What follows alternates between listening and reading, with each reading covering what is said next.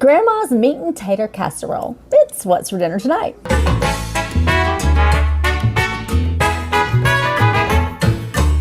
All right, y'all, it's Thursday night, and Lord knows I have been in the pool all afternoon, and so I am looking pretty special.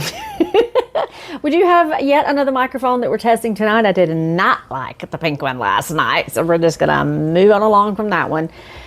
I don't need a microphone in my normal videos, but when I'm standing so far away from the camera or when I'm outside and I need that noise cancellation, you know, we do have to work with it. But nah, that's neither here nor there. Let's cook some dinner. It's Thursday night, and tonight we are having Grandma's meat and tater casserole. It's always got to be a casserole, right? We are going to start with about 3/4 of a cup of sour cream. We're going to eyeball that, all right? It's fine. Now we're supposed to use a cream of onion soup. Now I just got to say, I have never heard of such a thing. Okay, so we're going to use the cream of mushroom. There's already plenty of onion in here. Trust me, we don't need cream of onion.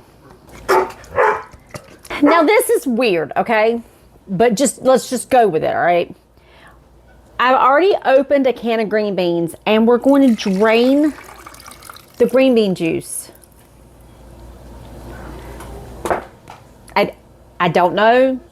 I'm just following directions, all right? And then we're gonna get a little bit of salt and pepper. Let's not use that side. We are going to whisk all that up.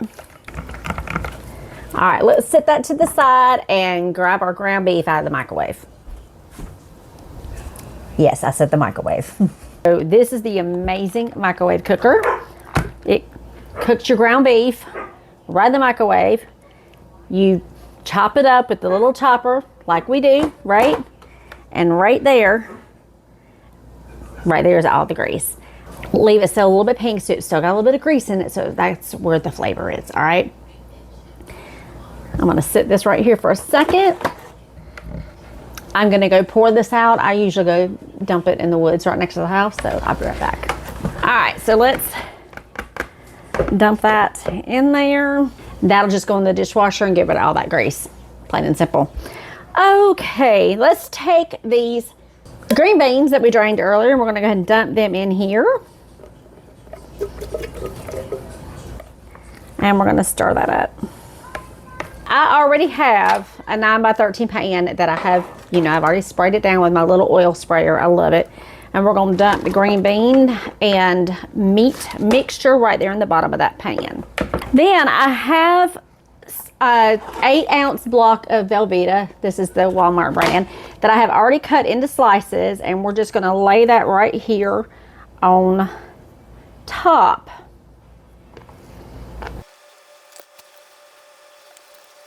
Okay.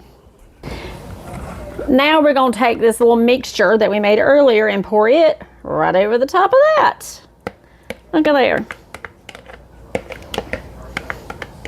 Okay, now on top of here, we're gonna throw some tater tots. Now I always put my tater tots on the very, very top. I don't like anything on top of them. If I had put, the recipe actually calls to put the that soup mixture on top of the tater tots. To me, they don't cook as well. They don't get as crispy. I like my tater tots to be crispier, so I always put them on the top of anything I'm making. Anytime the recipe calls to put your tater tots on the bottom, I flip it and I always put them on the top. All right, I've got the oven preheating to 350 degrees. We're gonna pop this in there for about an hour.